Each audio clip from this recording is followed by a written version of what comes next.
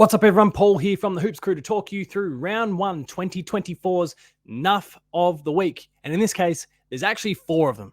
And I want to, unfortunately, award this very dubious honor to the AFL Umpires. You done messed up this week. Now, I should, as a Geelong supporter and a co-host of Full Nuff Mode, and a show all about kind of idiotic takes when it comes to the world of AFL, I should really be focusing on the quality of the umpiring when it comes to the Geelong and St Kilda game this week, but I'll restrain myself there. I won't get too carried away, but there were some pretty dodgy calls. I want to focus on this particular game here. This is the Sydney and Collingwood game earlier in the week, and it was really anticipated because, top 4 contenders, one of them being the reigning premier, a whole bunch of theatrics around the game. And it turned out to be a bit of a fizzer because Sydney smacked the reigning premiers, sucked in Collingwood fans. But I want to focus on this particular moment here, and what you can see circled at the top of the screen here is Skycam, a thing that I'm really enjoying the implementation of this season. And we know it's kind of been there. It's been used through AFL Grand Finals, and it's provided us some really great shots kind of over the player's shoulder as they're having a shot on goal, for example. Some really cool stuff that's going on there. But we're starting to see it implemented more in just the stock standard matches. And I, in particular, took a real fancy to the way it was used during the Essendon and Hawthorn game this weekend, where I saw a lot of it in action and being used really, really well. And it gives you a really fantastic look at the way that the ball is moving up the ground. And so I'd love to see more of it. It was here on during the Collingwood and Sydney game, and it had an unfortunate circumstance play out here where it collided with the ball. Namely, the ball was kicked into it. Now, the chances of this happening, very, very slim, I'm sure. And I'm sure the AFL umpires haven't really focused on too much on the what do we do if the ball hits the flying camera too often, because what were the chances? It's a big ground, and I don't want to get into area and probability and all those sorts of things because I could do it, maths teacher, but I won't. I'll restrain myself again. The ball hit the camera.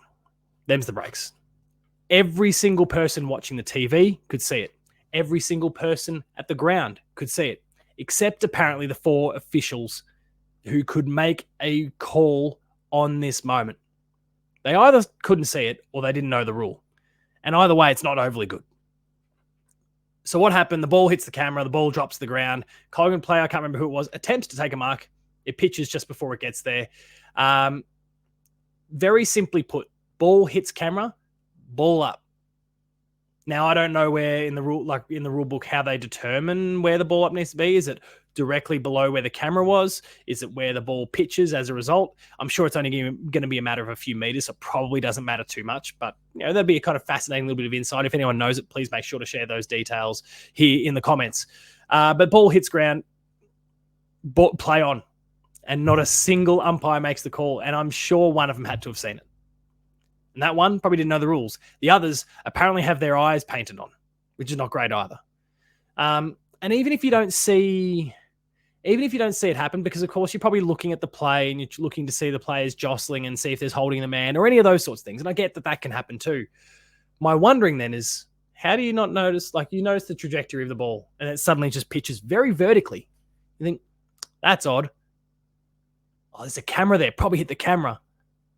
Or you have an earpiece and someone goes, hey, guys, it hit the camera. Anything. But nothing happened. So the AFL umpires, I hope that I don't have to do this too often this year.